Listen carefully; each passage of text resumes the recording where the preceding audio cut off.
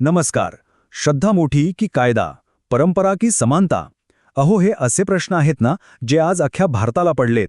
आणि या सगळ्या प्रश्नांचं मूळ आहे एका खटल्यात, जो केरळच्या शबरीमाला मंदिरातल्या महिलांच्या प्रवेशावरून सुरू झाला होता.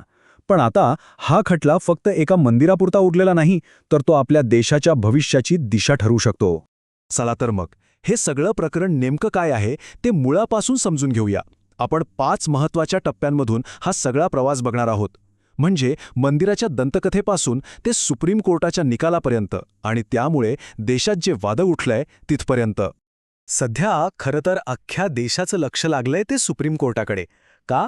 कारण तिथे एक असा निकाल येणार आहे जो फक्त एका मंदिराच्या नियमांबद्दल नाही, तर तो श्रद्धा आणि कायदा यांच्यातलं नातं नव्यानं ठरवणार आहे.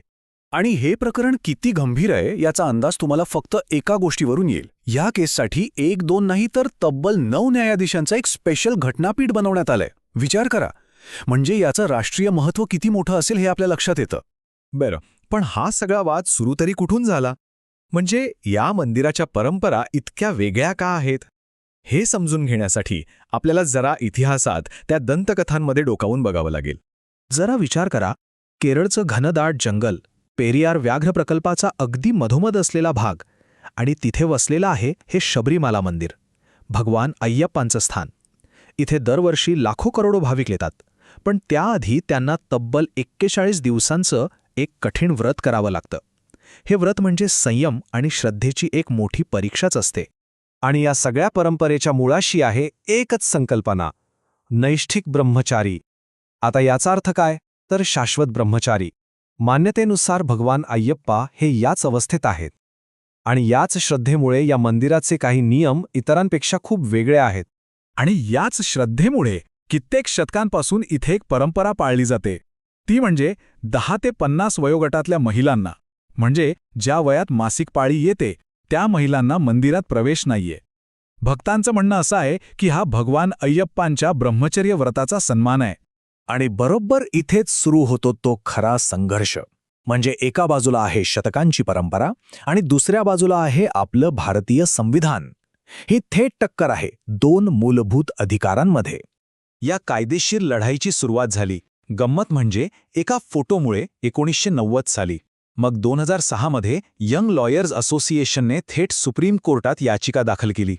खूप वर्ष सुनावणी चालली आणि अखेर 2018 मध्ये कोर्टाने महिलांना प्रवेशाची परवानगी दिली. पण थांबा, गोष्ट इथेच संपली नाही. या निकालावर इतक्या पुनर्विचार याचिका आल्या की प्रकरण आता 9 न्यायाधीशांच्या मोठ्या घटनापीठाकडे गेलंय. आता यामधला सगळ्यात मोठा घटनात्मक पेच काय आहे माहितीये का? आपलं संविधान बघा. त्याचं कलम 15 स्पष्ट सांगतं की लिंगाच्या आधारावर भेदभाव करायचा नाही. पण त्याचवेळी कलम 25 आणि 26 प्रत्येक धर्माला स्वतःचे नियम, स्वतःचा कारभार पाहण्याचं स्वातंत्र्य देतात. मग आता काय? मोठा प्रश्न आहे ना? आणि मग उजाडला तो दिवस 2018 सालचा, ज्या निकालाची अख्खा देश वाट बघत होता. सुप्रीम कोर्टाने आपला निकाल दिला आणि त्यानंतर जे वादळ उठलं ते इतिहासात कायमचं नोंदवलं गेलं.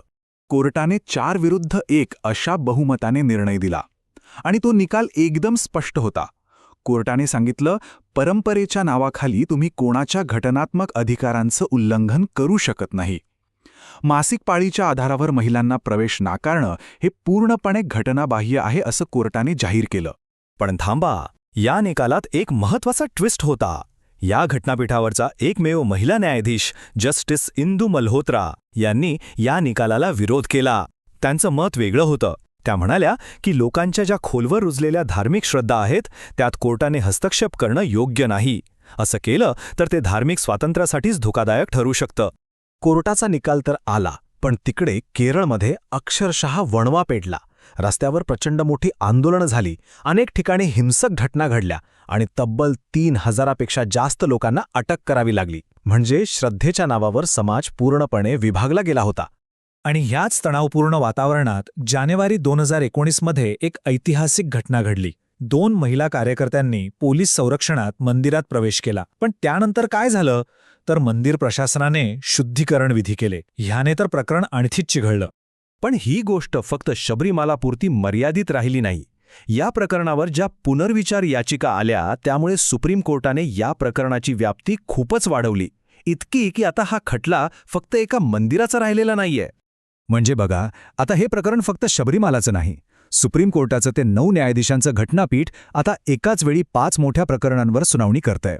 यामध्ये शबरीमाला तर आहेच, पण त्यासोबतच काही मस्जिदींमध्ये महिलांचा प्रवेश, दाऊदी बोहरा समाजातली महिलांच्या खतनाची प्रथा, आंतरधर्मीय विवाहानंतर पारशी महिलांना अग्निमंदिरात प्रवेशबंदी आणि मुस्लिम पर्सनल लॉमधले लैंगिक भेदभावाचे मुद्दे या सगळ्याचा समावेश आहे. आणि या 5ही प्रकरणांच्या मुळाशी एकच कळीचा प्रश्न आहे. जेव्हा समानतेचा मूलभूत अधिकार आणि धार्मिक स्वातंत्र्याचा मूलभूत अधिकार एकमेकांसमोर उभे ठाकतात, तेव्हा वरचढ कोण ठरणार याचं उत्तर आता सुप्रीम कोर्टाला द्यायचंय. त्यामुळे एक गोष्ट लक्षात घ्या, या प्रकरणाचा जो काही अंतिम निकाल येईल ना, तो फक्त काही मंदिरांच्या किंवा मशिदींच्या नियमांबद्दल नसेल, तो आपल्या देशाच्या भविष्याचा एक प्रकारे नकाशाच असेल. तो हे ठरवेल की एक देश म्हणून आपण आपल्या हजारो वर्षांच्या परंपरा आणि आपली आधुनिक घटनात्मक मूल्य यांच्यात समतोल कसा साधणार आहोत. खरं तर हा निकाल आपल्या देशाच्या ओळखीसाठी एक मैलाचा दगड ठरणार आहे.